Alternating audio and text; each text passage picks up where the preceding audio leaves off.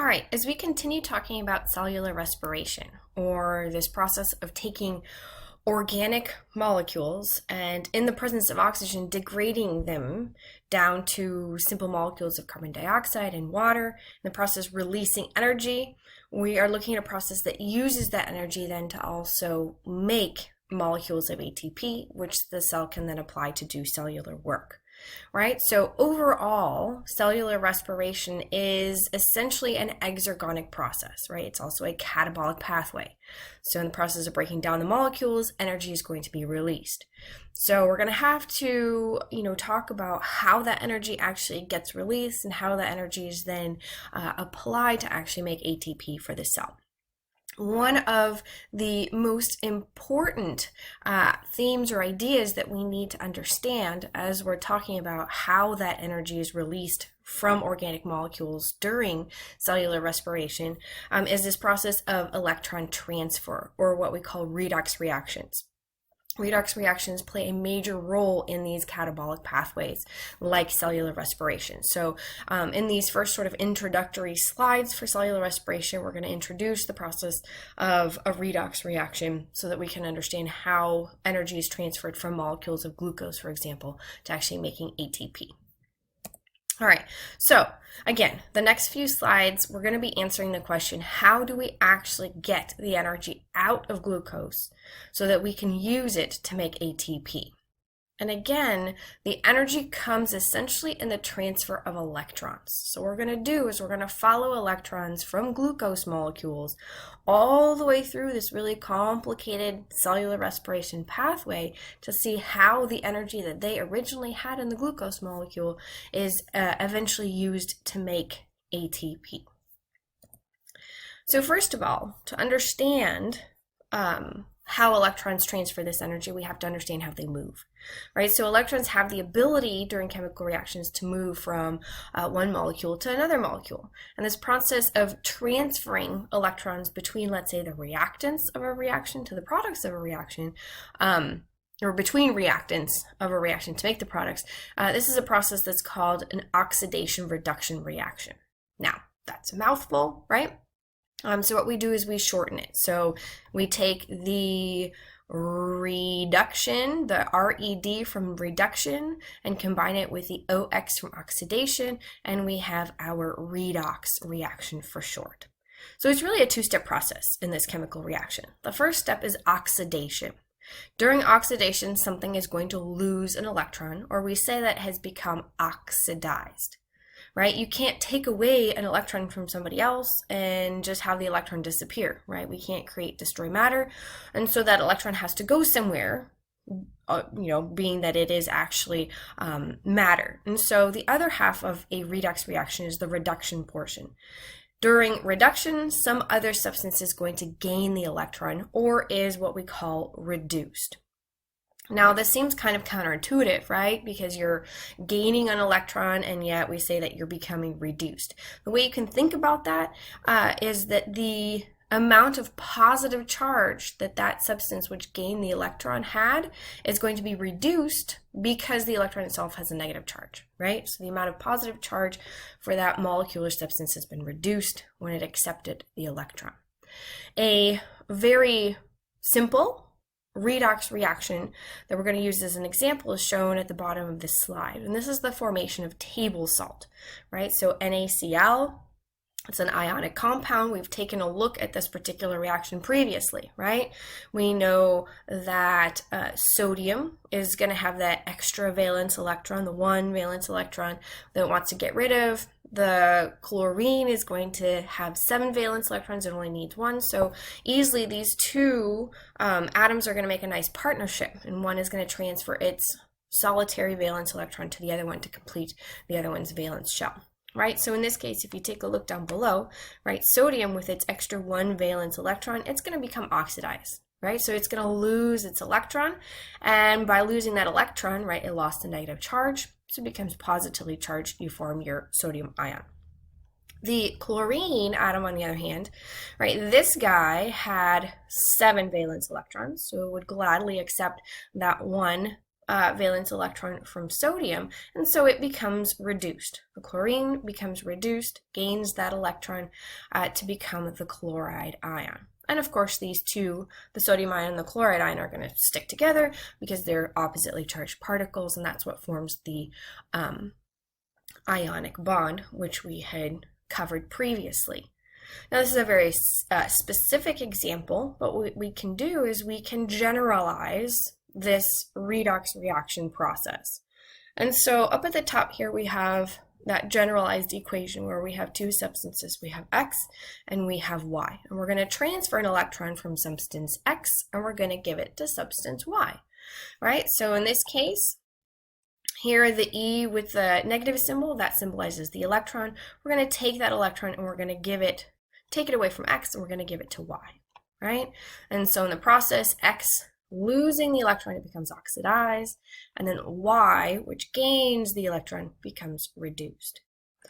Now, if that makes sense, we're going to make it a little bit more complicated.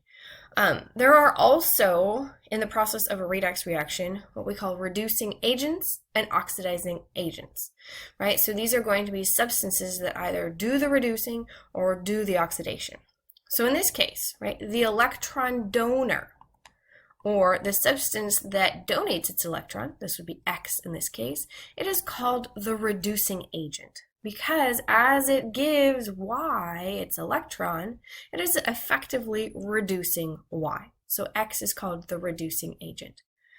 On the other hand, right, the electron receptor, aka Y in this case, right, it is called the oxidizing agent.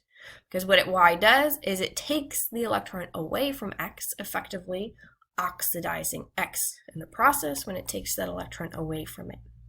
Right? So it's kind of opposite, right? A little bit of mental gymnastics here. That substance which becomes oxidized and loses the electron is actually the reducing agent.